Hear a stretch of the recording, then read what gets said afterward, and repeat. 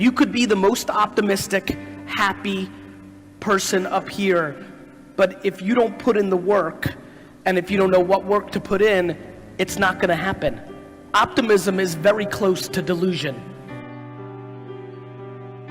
However, I believe that optimism is the fuel to practicality, right? If you don't believe you're doing it for a reason or it's exciting, you're not gonna wanna put in the hours of the work. And so, that's who I've always been. I've always been ambitious and happy. I was very fortunate. I had a tremendous mother who loved me very, very much, so I felt good. However, she did not create entitlement. When I lost or when I was doing bad, she told me. She didn't make a fake environment, which is a huge factor. And to be honest, my biggest concern about the last 20 years of parenting, too much fake environments, too much entitlement, which is why so many people struggle when they go into the real world, because the real world doesn't care. The real world is not your mama anymore. And so I think about those things. Fast forward, I was very good at selling baseball cards. When you're making $3,000 or $4,000 a weekend when you're 14 years old, you've got it. I was good, fine. But then my dad eventually bought a liquor store, and he dragged me into the liquor store when I was 14.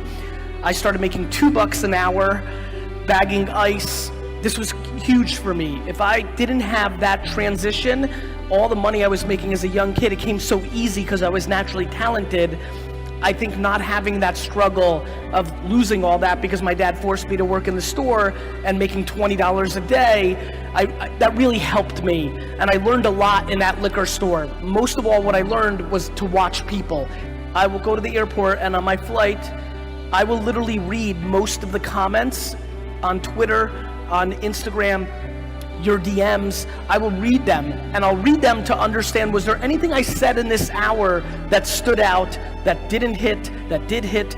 I learned that watching people, and more importantly, understanding people, and most importantly, being empathetic to people, was the best way to build a real business, to build something meaningful. The biggest problem, I'll tell you right now, one of the biggest reasons most people in this room, if they decide to start an entrepreneurial venture, a side hustle, whether you try to sell something in your home on Facebook Marketplace, which, oh, by the way, I'm gonna bring up later, my biggest belief that the quickest way for many people here to start is to sell stuff on Facebook Marketplace, but I'll talk about that later. Whether it's that, whether you're finally ready to start your podcast on Spotify, whether you're gonna build your Instagram profile or meme page because you want brand dollars, whatever you're up to in this room, the reality is that if you have to put in so much work, but so much of what comes out of people's mouth or what they post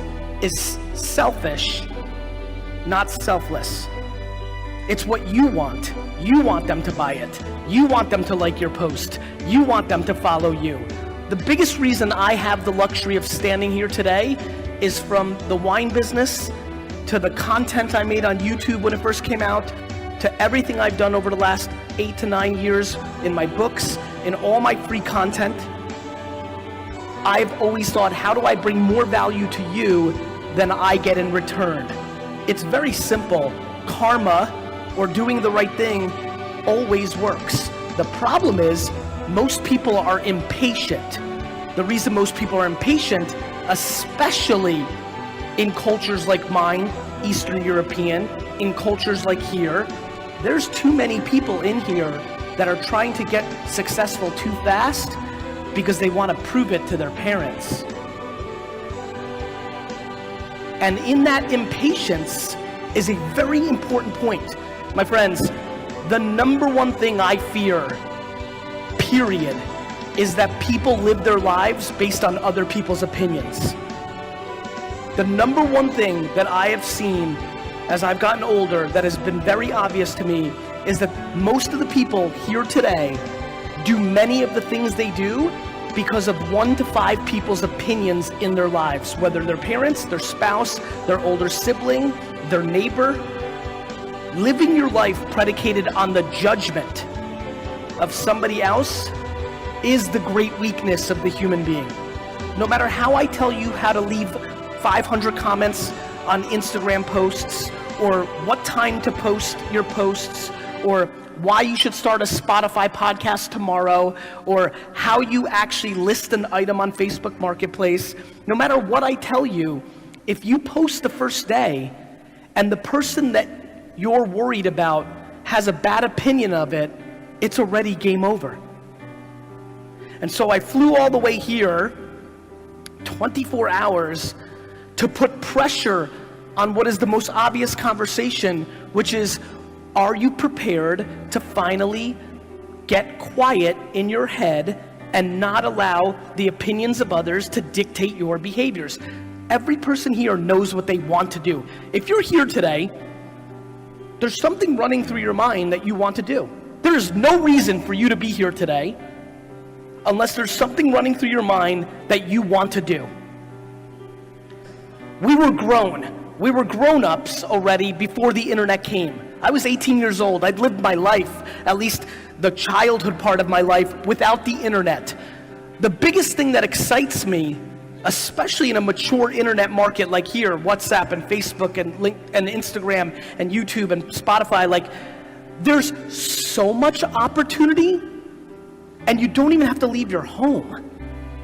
There was no building your life, after hours when I was growing up. When you had a job and you had to take care of something, you didn't then start another job because it was late. But now this allows it. The biggest thing that I want to get across in this little moment of this speech is everybody in here is taking this for granted. Your grandparents, your great-grandparents, your great-great-grandparents, they didn't have this. If you aren't succeeding or attacking your success with this in your hand, then what are you doing? Every single person here has the opportunity to create a profile and a presence online, whether it's yourself or your business or your idea, and the cost is zero. I love when people get mad when Facebook or Instagram's organic reach goes down. I keep reminding them it's free. Over the next year or two, Instagram's reach is going to go down because more ads are going to go in. So as you can imagine, I'm so passionate to get you to post 3 or 4 times a day, not once a day, yet everybody overthinks their posts so much because they're so scared not to get as many likes as they did last time. True. It's 100% true. The amount of people here who want to post something but retake it 53 times or change the filter or things of that nature, or my favorite move, you post it, but in the first 83 seconds you don't get enough likes and you remove it. It's a fascinating thing for me to watch because what it speaks to is, in my opinion, people being confused about the game. I view the game macro. I watch most people play micro. You're not in the business of getting likes on Instagram, yet you're pandering to the machine of that. You're in the business of creating awareness for whatever you want. You want people to know what you want them to know, whatever that may be. Business, raise money for a charity, sell something, become a personal brand, whatever it might be. Whatever it might be, that's what you want, yet people get so caught up in the semantics. Listen, what I can tell you from my career is this repeats over and over and over again. In 2006, I started one of the first YouTube shows, period. It was the longest show on YouTube when I launched it. YouTube wasn't even a year old. I sat in front of a camera and I drank wine for 30 minutes and a lot of people watched it. A year later, Twitter came out, and I was one of the first people to move on that. I invested because I got smarter at that point, but I also was one of the first people to amass 1 million followers on that platform. Before I did YouTube and Twitter, a year or two earlier in America and many other parts of the world, MySpace had won and dominated, and there were people that won on that platform. If you pay attention to what happened on MySpace, if you pay attention to what happened on YouTube, if you pay attention to what happened on Twitter and then Facebook and then Vine and on and on and on, it's all the same game. In the beginning, if you move quickly, you can get more attention. Most people get frustrated that they aren't first, and then they don't go all in because they think they missed it. However, winning on these platforms is a game of being better, not first.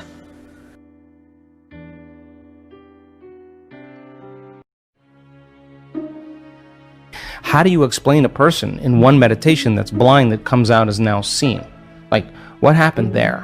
What about the stroke patient who was paralyzed for years is now moving a limb? I mean, it's not matter that emits a field. That's an illusion. It's the field that creates matter. So then the fundamental question is, if you change the field, will you change matter? It's none of your business to change the tumor. That's the outcropping, that's the outpicturing of changing the pattern in the field. So getting people really good at this, and the closer they can connect to that unified field, the more their consciousness is connected to that consciousness, the shorter amount of time it'll take. I believe I'm an eternal being. I believe I'm eternal. And in fact, all religions that you study always talk about you're going to be around for eternity, whether it's heaven or hell, whether it's karma or whatever, nirvana. Consciousness is going to exist. So you're going to be stuck with yourself for a very long time, which then begs the question, well, if I'm waking up now and it's 2019 and I have this healthy body and this charisma and I'm successful, my goodness, I'm going to use the same passion, the life that I've created with those great habits, and I'm going to turn it inward, and I'm going to bloom like a flower in a new way. Because, hey, someone did it at 33 years old. You're 38. Mm-hmm. So what? There are people in this group that we're about ready to go that are in their 80s, and they could be home watching Wheel of Fortune, and they're all in. And you can't tell me you're too old to do this work. We have people in their 80s and a few in their 90s. I've seen their brain scans, and they know how to do it. And you know what?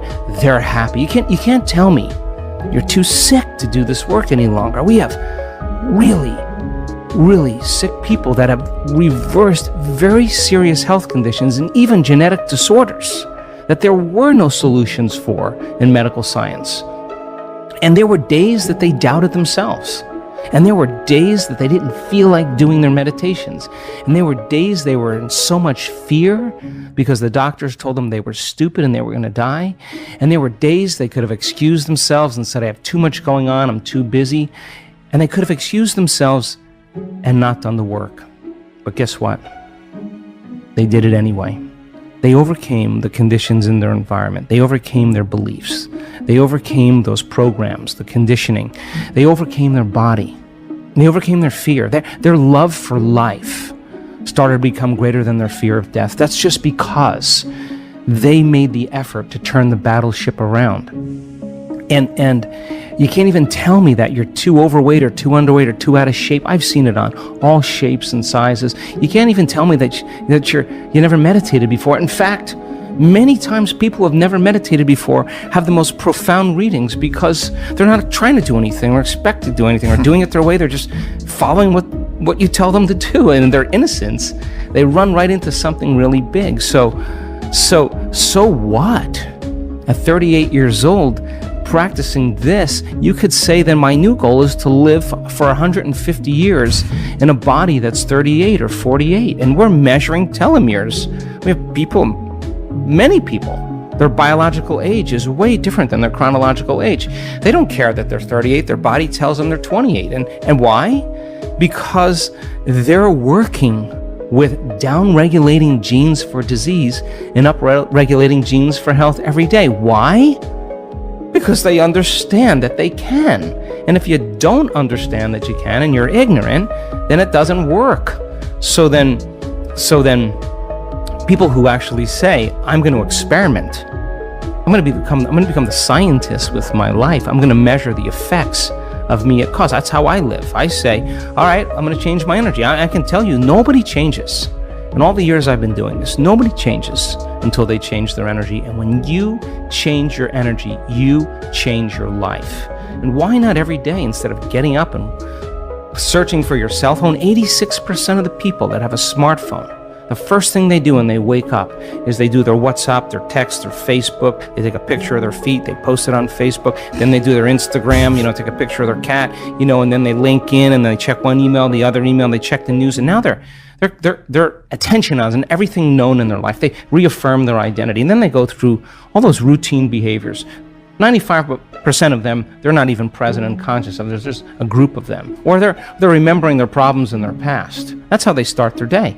And don't expect anything in your life to change if your environment is controlling your feelings and thoughts. And if your environment is controlling how you feel and think, and I say to you, Aubrey, why are you so upset today? Oh, well, this person is upsetting me. What you're really saying is that person is controlling your feelings and your thoughts, and that means you're a victim to your environment. Well, to turn that around and you start realizing your feelings and thoughts create your environment, and you start seeing the effects of you at cause, you're going to react less to the people in your life because you're going to understand that you'll be back to the victim consciousness. And when you start seeing that you're creating outcomes in your life, you're going to believe more that you're the creator of your life and less the victim of your life. And I say, the more you practice it, the better you get at it. It's a movement now. I mean, I'm waking up in my dream. I honestly, Aubrey,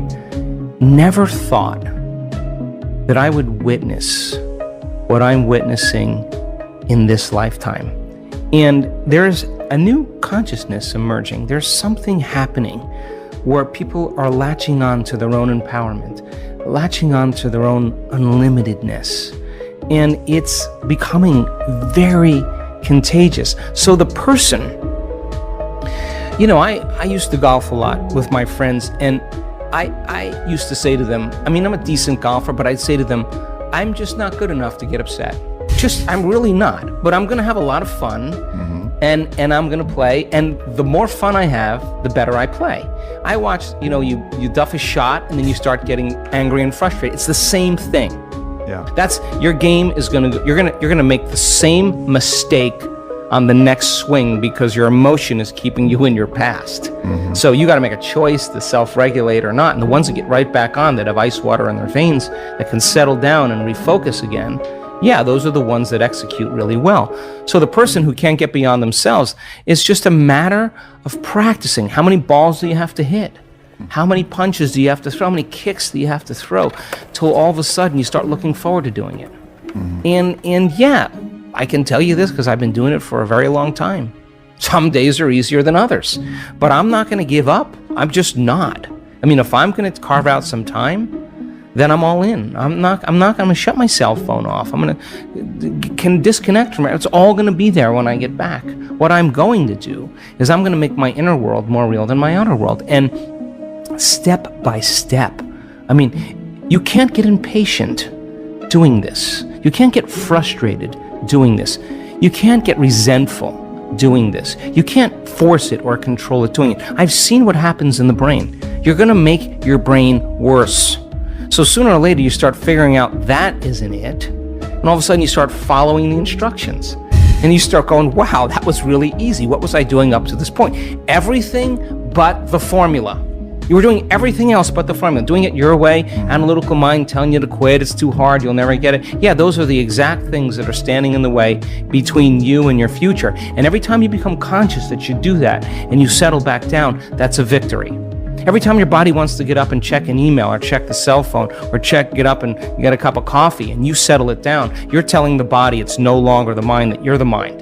Every time it wants to go back to the past and romance some trauma just to reaffirm some emotional state, and you become conscious of that and you say, where I place my attention is where I place my energy, and I'm siphoning energy out of the present moment into the past, and you become conscious of it and return back to the present moment, that's a victory. And every time you start thinking about the staff meeting at 6 o'clock or 5 o'clock in the afternoon, and that's the known, and you stop and you return back to the present moment, you're disinvesting your attention and energy out of that future, and you're making room for the unknown in your life, and that's a victory. And when your will gets greater than the program, because most people lose their free will to programs.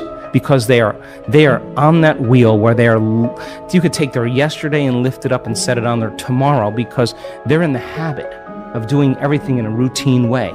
So then when they lose their free will to a program, and their body, which is a habit, has become the mind, now their body's dragging them into a predictable future. And they've lost their free will to a program. And you sit down and your body is telling you, I'm going to die in this meditation, I'm going to suffocate, this is going to end, and I can't. And you just keep settling it back down. Every time you do that, it's a victory. If you're going to say, I'll do it later, I'll do it tomorrow or Monday, you're in a program. Yeah. Right? Because you actually should be doing it in the moment, right? Right. So then I assert that if you're not in the present moment, you're running a program.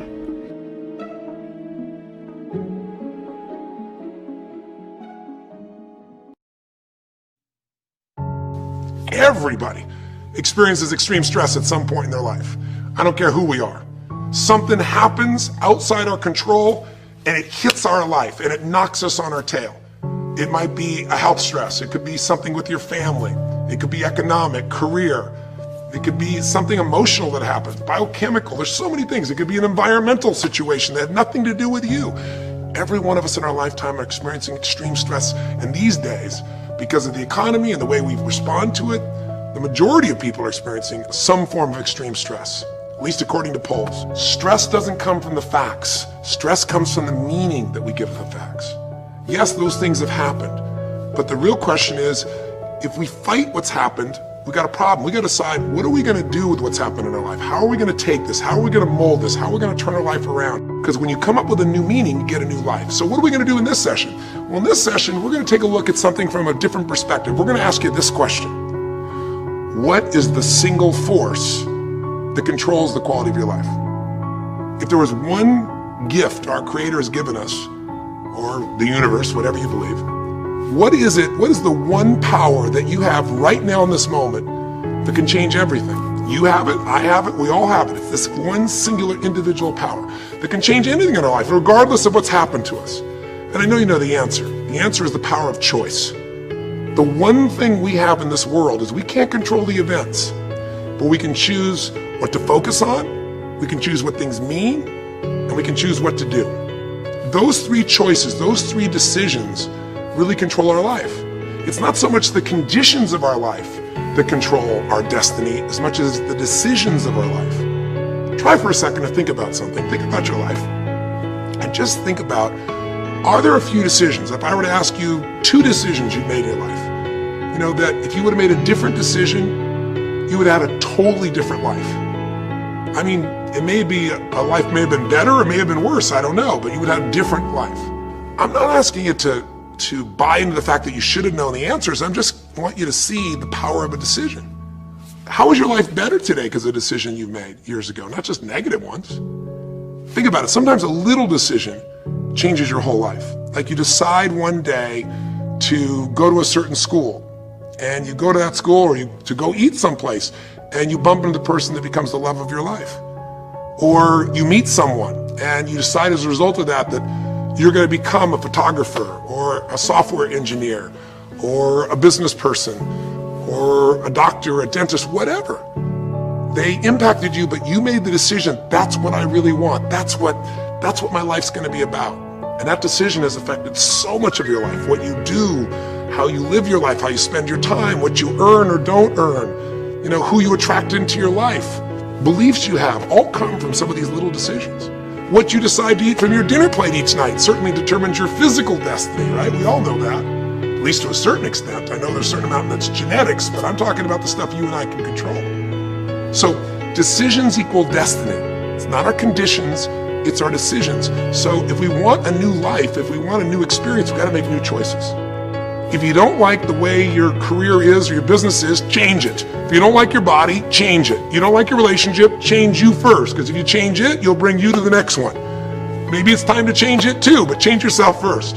If you want to change anything in your life, you have the choice. So there is no right or wrong. I just want to make you aware in this breakthrough session that everything in our life changes the moment we make a decision. And I mean a real decision. A decision is when you cut off any other possibility and you commit to something with everything you've got and you take action. But the big decisions start with little decisions like, what am I going to focus on? Because whatever you focus on, you're going to feel. If you focus on all the things that have been done to you in your life, of course you're going to feel like hell.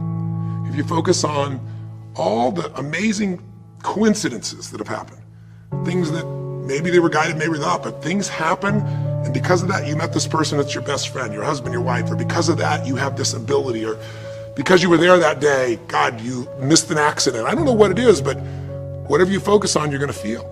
If you focus on people don't care, and you'll look for reasons why they don't care, and evidence they don't care, you'll find it everywhere.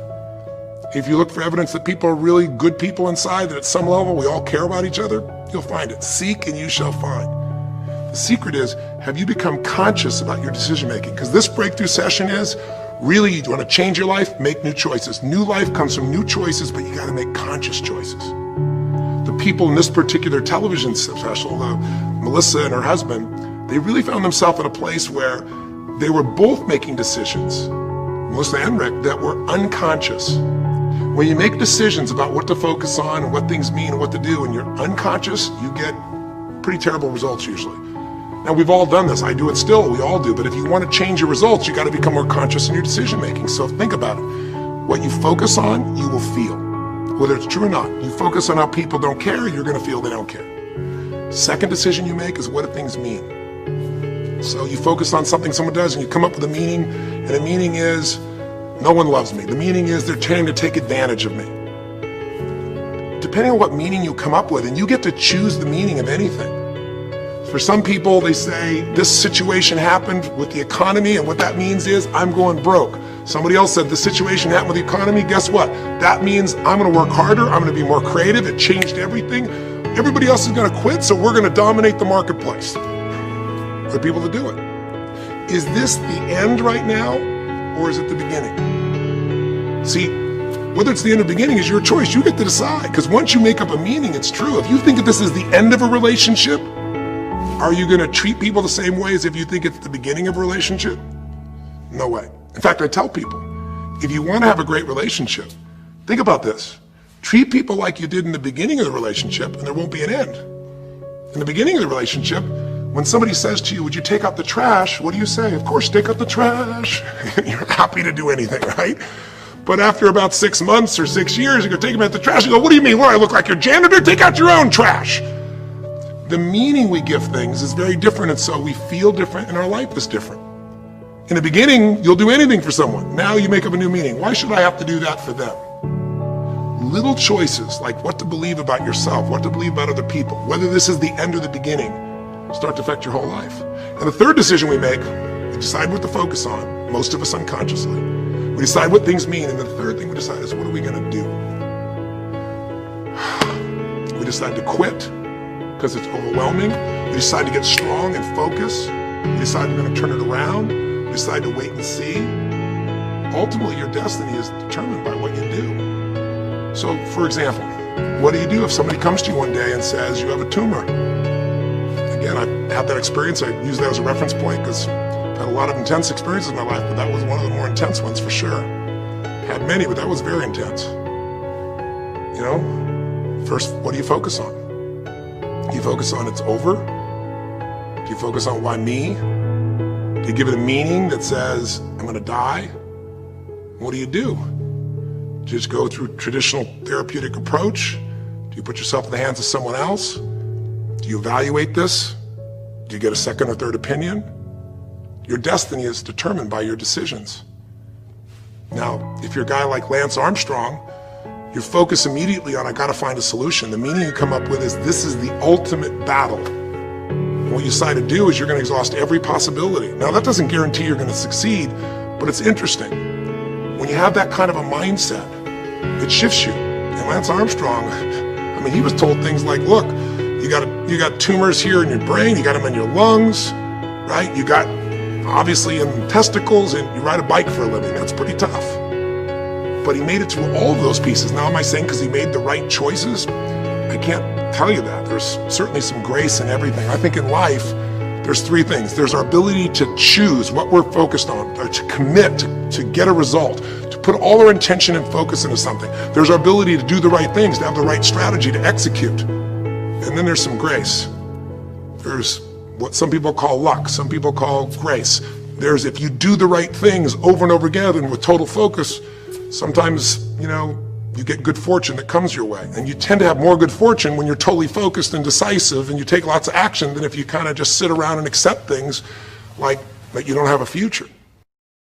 When I was in New York walking down the street, and a guy approached me and said, "Hey, mister, can I shine your shoes?" And I said, "No, I'm in a hurry. I don't have time." I kept walking. Someone else said, "Hey, man, your shoes look clutty. May I shine your shoes?" I said, "No, I don't have time. I'm sorry, I'm busy." And I was walking fast, and many people solicited me for my business. And then finally, a young man stepped in front of me, and he said, "Excuse me." And he started counting, 97, 98, 99, 100. He said, "Sir?" I said, "Yes." He said, "Come here, please." I said, "What is it?" He said, "Today is my birthday. And every year, just to thank God for another year of life, the 100th person who passes my shoe shine stand, I offer them a free shoe shine. Would you give me the honors?" I said, "Why, sure."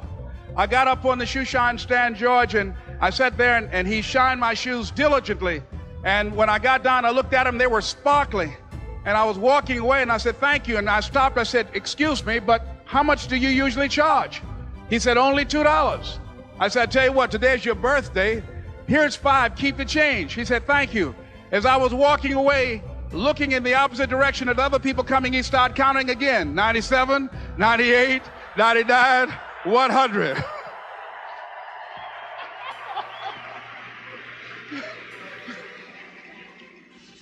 It's necessary that you be flexible, that you are always thinking of how can I improve this better.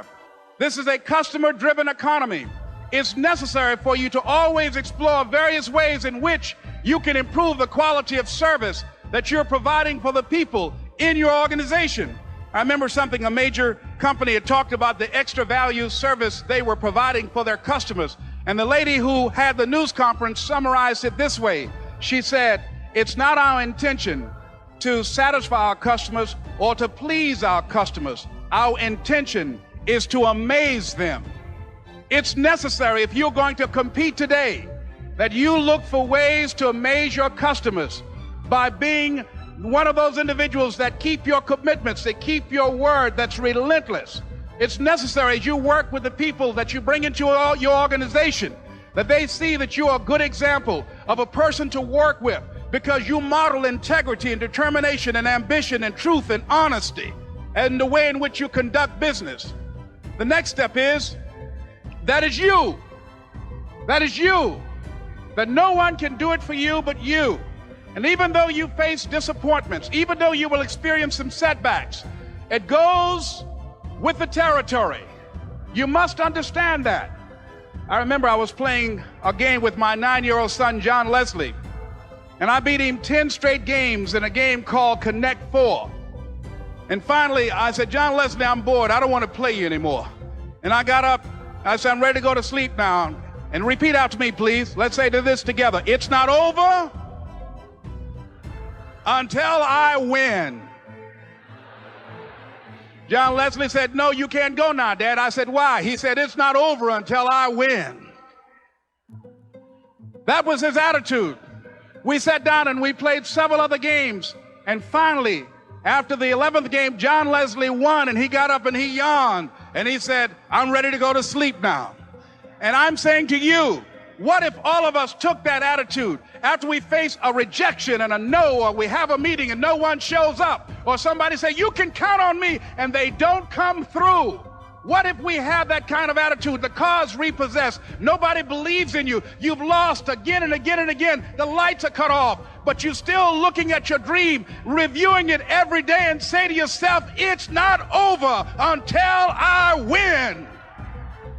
Life will yield to you. Now here's the next step. Repeat after me, please. It's possible. I can live my dream. It's necessary. I work on myself. Surround myself with winners. Become creative. It's me. I've got to make it happen. It's not over until I win.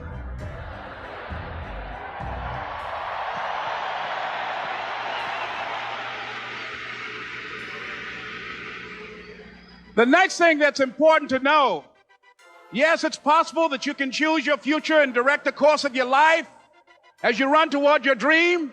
It's necessary that you have goals, that you write those goals down, that you plan, that you think constantly of how you can begin to improve what it is that you're doing. If it's your presentations, if it's your recruiting skills, whatever that is, it's also necessary that you look for ways to always find a way to pull it out when everybody else thinks that you are defeated.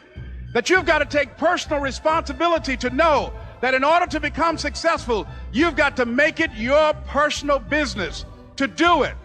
But the next thing, ladies and gentlemen, I want to share with you that some of you already know that it's hard. It's not easy. It's hard changing your life.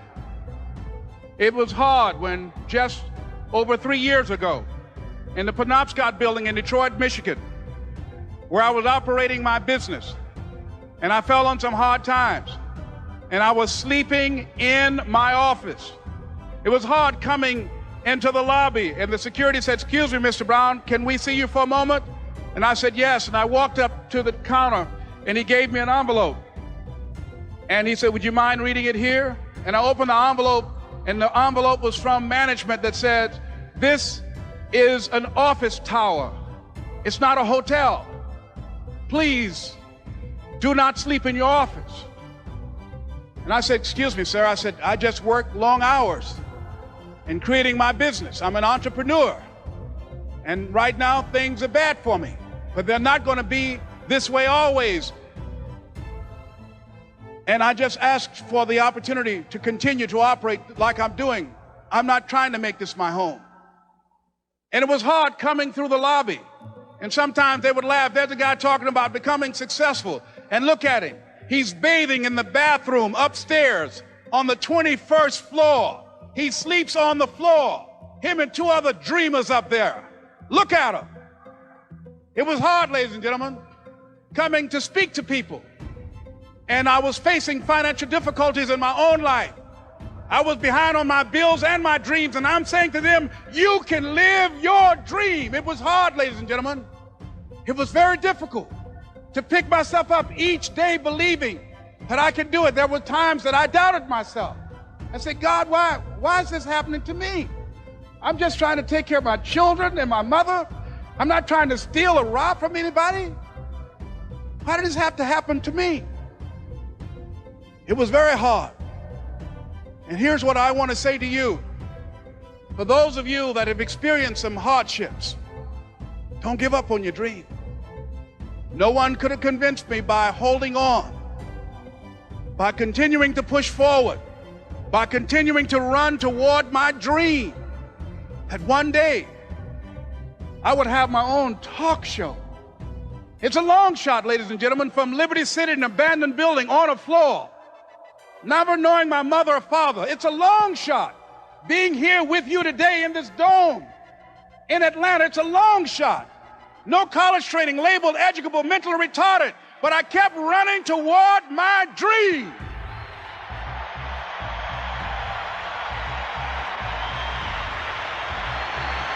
Don't stop.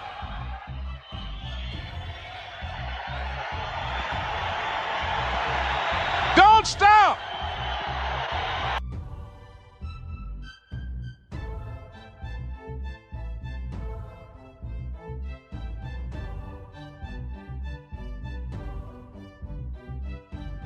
Don't stop running toward your dream. It's very important as you hold on to that dream. There are moments when you're going to doubt yourself. There are rough times are going to come, but they have not come to stay. They have come to pass. It's very important for you to know that. Don't say I'm having a bad day. Say I'm having a character building day. It's very important for you to believe that you are the one. I want you to know that you're blessed and highly favored, and that as you go toward the future, begin to know that you have greatness within you. And if just one of you here begin to envision yourselves as being blessed and highly favored to reach your goals, if just one of you capture the essence of what that means, that you have greatness within you and a responsibility to manifest that greatness, that you can make your parents proud, you can make your school proud, you can touch millions of people's lives, and the world will never be the same again because you came this way.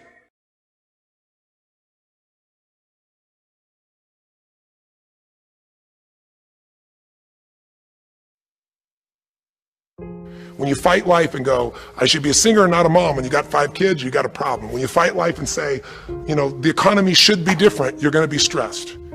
Deal with what is, without exaggeration, with total honesty, dealing with the cards, coming up with a vision, finding yourself a role model that shows your strategy, work your tail off, give, keep changing your approach, and you can get where you wanna go.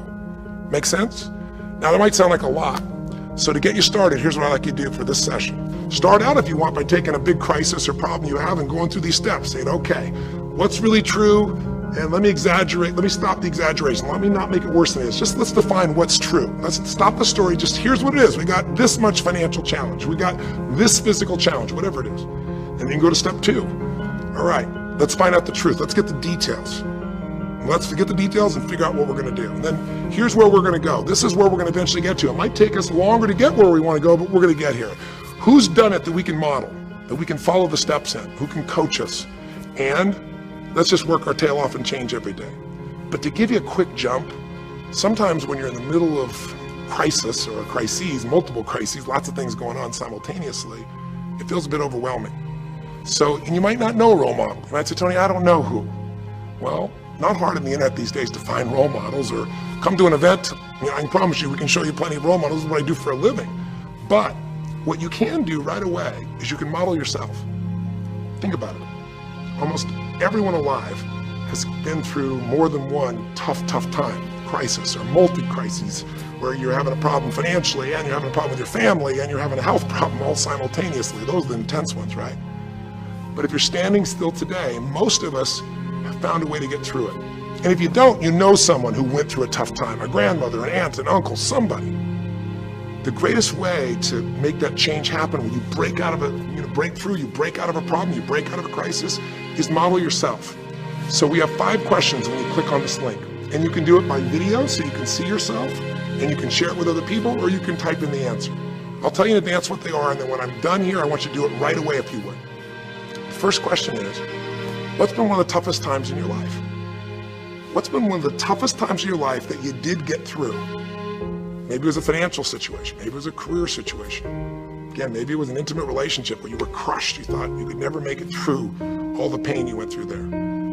Maybe it was a physical challenge, a health challenge. Maybe it was a lack of confidence or ability. I don't know what it was, but what was it just incredibly tough time that you did make it through? And you're just gonna jot it down. Or you can do it in the video and just tell us, because you're not only gonna get this answer, but we're gonna create a community of people who will be role models, people that have been through hell and back, saying, here's where I was, here's what I got through, here's what shifted my life, here's what you can do. And we're creating this community as our gift to you so that this isn't just a discussion that's one way. I want to do is start a conversation with you where we can help each other. So that first question is, what's a crisis? What's a challenge? What's a tough situation you eventually made through, but it really was difficult for you? Second question, when you go back and you think about that situation, what pulled you through? What pulled you through that situation? What did you learn? What distinction, or did you get a strategy? Or was it a belief? Or did you meet someone who helped you? Or was it just somehow you clicked into your faith and you kicked yourself into gear? What pulled you through those tough times? Was it a person? Was it a place? Was it an idea? Was it a distinction? Was it a belief? What was it? Share it with us. Type it down or tell us from your heart what it really was. Third question is just real quick. It's just for contrast. And the third question is, what was your life like before the crisis? Like right before all hell broke loose? Usually you'll say, oh, my life was so great. But when you go back and look at it, was it so great? Was it wonderful? Just out of curiosity, right before all hell broke loose. Third question is, what was your life like right before? And then the fourth question, what'd you do? What did you do to go from where you were to where you are today? What did you do to get over that situation? What did you do to get through that situation? What did you do to turn it around? What action did you take? Who did you go learn from? What skill did you go get? What What did you physically do? Kind of give us the description of what you did, because we all want to know, because you can provide us a pathway. You may have been through a crisis that someone else is going through right now, and they could learn from you, they could learn the shortcut.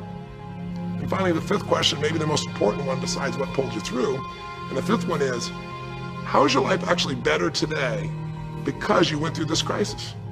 Whatever the crisis was. How are you stronger, or are you more compassionate? Because you felt that suffering, you don't want anybody else to feel it? Or are you more hopeful because you know you made it through that so you can make it through other things? Or are you in a situation where you got a skill today that you didn't have and wouldn't have had if it wasn't for that situation that made you have to grow? Or are you just happier today because you have a contrast of what life could be like, and so now you appreciate the simple moments? How are you better mentally, emotionally, physically, financially, or spiritually today because you went through the crisis? Even though you wouldn't want to go through it again, you don't want anybody else to go through it, how did it actually serve you in the end? I think if you answer these 5 questions, you don't need to remember them. I said them to kind of trigger you thinking. All you do is type in the answer, or you take the instructions and click on the video and go, okay, toughest time of my life? There have been so many, but I'd say when I went through this divorce, or I'd say when I was told I had this tumor, or I'd say when they told me this company was going to go bankrupt, or whatever it was. Second question, what pulled me through? God, I don't know, I guess a combination of things. One was this belief that somehow everything in life happens for a reason and a purpose. And even though I hate this, something must be calling me to grow. Or I'll tell you what it was. It was a friend that sat me down and said, man, you're going through hell. But when you're in the middle of hell, when you're pushing through hell, just keep pushing, just keep going through it, man. I've been there. And he gave me this plan, or he gave me this strategy, or he told me, you know, this problem won't last forever. Trust me, I know it feels like the end of the world, but 10 years from now, you and I will be sitting here, and you'll be here with your children, and you'll be here with your wife, and we'll be talking about those tough days, and we'll actually smile and laugh about them and be so proud we made it through it together. Or you might say, what got me through it was prayer, or my faith in God, or what got me through it was just massive action. You know, what pulled you through? Just tell us. We all want to hear, we all need to know. And there's lots of ways to get through hell, isn't there? There's lots of ways to get through a crisis. There's so many ways. That's what I want people to get. So when you're done with this on the website, you will give in something, because the community is not just a place you go get stuff, right? It's a place you give. And the more, authentic you can be and honest from your heart, the more other people will see and be touched. What was it like before? Oh my God, I was on top of the mountain. And what did you do? Here's what I did. I told myself the truth. I went and got this new education. I went and started talking to people each day. Whatever you did. How's your life better today?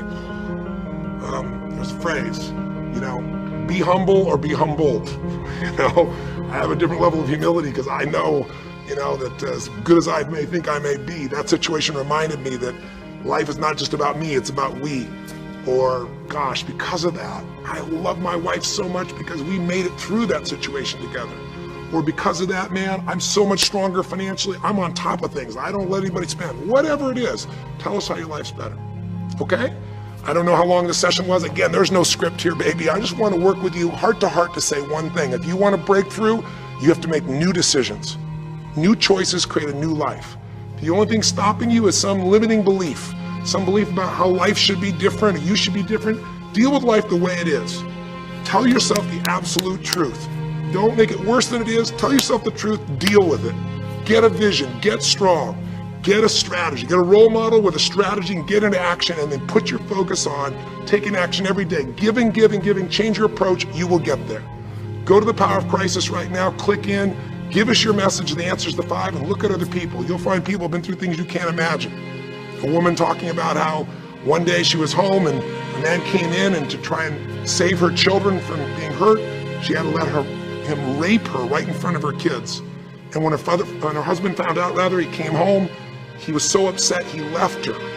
And then she developed cancer. I mean, you'll see some stories here that'll blow your mind. And today she's the most happy, incredible woman, and she's helping other people who have cancer to get through it. She's healthy and strong. Her kids are strong. We need those kinds of role models. So whether your story is little or big, there is no little or big. We all need a pathway of power, and this will be a gift to yourself because it'll activate your resources, and it'll be a gift to other people as well. So that's our session. The power of decision, the power of choice, how to face a crisis and turn around may not sound like rocket science. It's not. It's just called the truth. And the truth will set you free, as they say. So live strong and live with passion.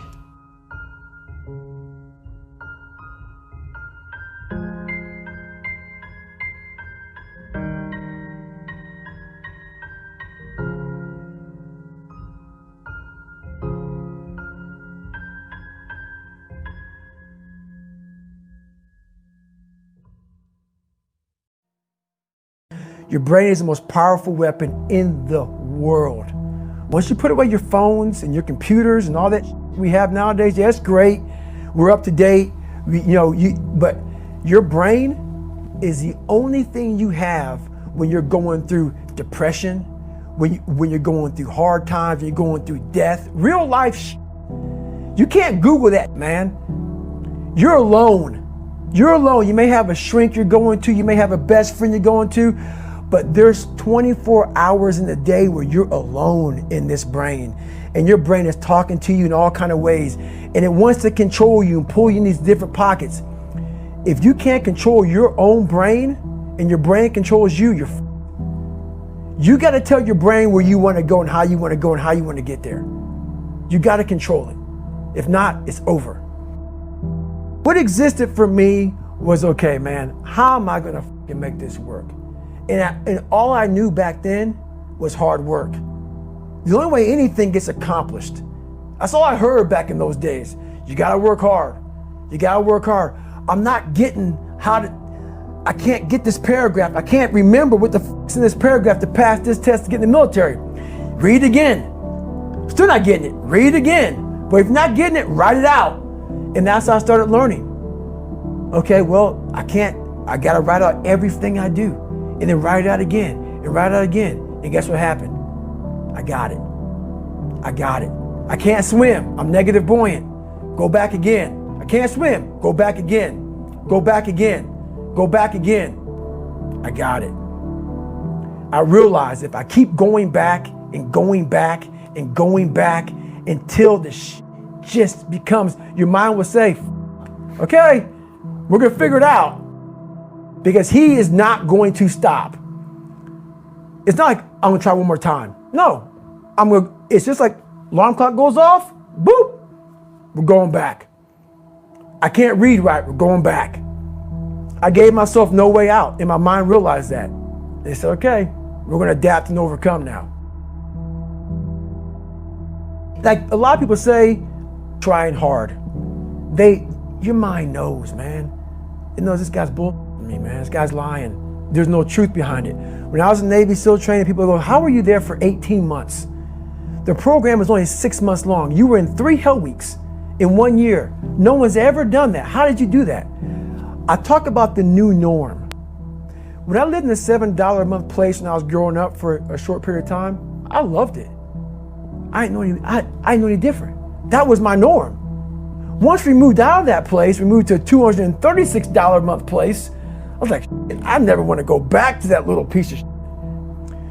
But if you go back to that $7 a month place and you realize this is where I live, this is all I got, your mind says, roger that, this is home. So when I was going through Navy SEAL training for 18 months and going back through all the hard parts over and over again, I told myself after the first time, I knew it was gonna be a long journey there.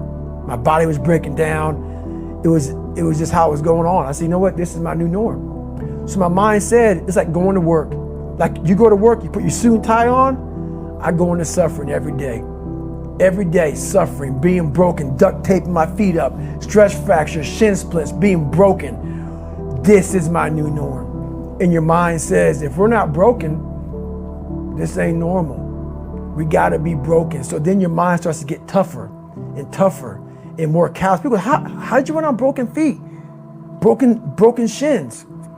My mind knew this is how we operate. We're in Navy SEAL training. This is what we are. I became hell. And that became my new norm. I gave myself no way out. There was nothing outside these walls of hell. Nothing. I love God, but for a short period of time, I became the devil because that was hell. I became the boss, the owner, the CEO of Navy SEAL training. That was my mindset.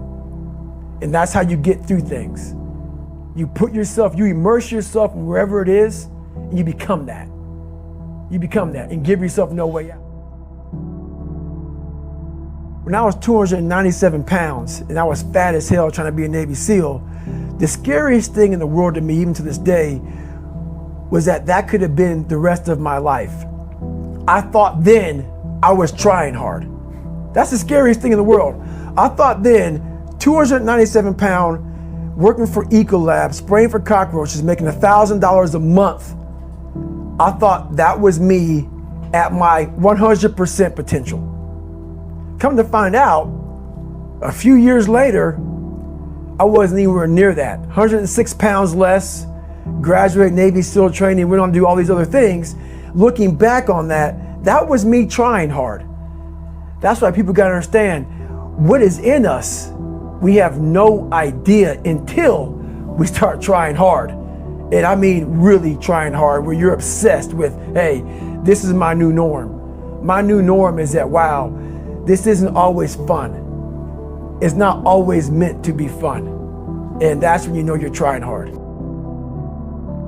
People hear my story and think this guy is sadistic. I realized how the brain works. I figured out how the brain works. I'm a scared kid, and that's what gives me so much power. I had no foundation, and I built this off of just researching the mind. The feeling you get is basically invincibility. You realize that you can't do it all the time. When you need to do it, I know I can go to a place that I can live in. And when you know that you can run on broken legs and you can do certain things that a lot of people can do, but they're not willing to do, this power, this sympathetic nervous system of fight or flight, and you're fighting, it gives you this charge of energy of when you're sitting there at 3:30, 4 o'clock in the morning and you're duct taping your feet up because they're broken, and you're doing it by yourself, and you're going through arguably one of the hardest training in the world. And these guys, most of them are healthy, and you're going through it broken, and you're already at a disadvantage, but you're still there. You can feed into that and tap into that for a lot of power. But if you look at it, well, I'm broken, man. I'm not gonna make it. But if you look at it as, man, I'm broken and I'm still here, and I'm fighting, and I'm gonna find a way to get through this because I have no other place to go. It gives you a lot of power. When things start to suck really, really bad, my brain and a lot of people's brain, they don't go to your dad beating you up. Your brain says, we gotta get the out of here. This is miserable. So anger goes away a lot of times when you're suffering because your brain just says, we gotta run, we gotta go. So that anger is not popping up saying, oh, I wanna show them, I wanna show those people. No, there has to be a much deeper, when I say deeper, it has to be down to mineral soil. It has to be down to that nice mineral soil where nothing can burn. You can't burn dirt. So it has to be down that low, that literally is something in you that's at the core of your soul. But you don't find it unless you spend a lot of time with what you want to be in life. I can't give that to you. Right. You can't give it to somebody. When you find your true passion in life, and my passion for me wasn't like, oh, I want to be, I don't give a Navy SEALs, Army, I don't give a shit. I want to serve my country. I want to be someone that I'm proud of. I want to look at myself in the mirror because I was so disappointed. That accountability mirror I talk about, I was so disappointed in what I saw every day. I wanted everybody to love David Goggins. And a lot of people did. I didn't love myself. But I knew a lot of us want to find peace first. So people say, man, you always talk about this suffering and pain and I'm at peace right now because I went through that. Right? You don't find peace first. If you do, Merry Christmas. More power to you. More power to you. I found peace on the opposite end of finding myself. And no one really finds themselves without going through trials, tribulations, suffering, accountability.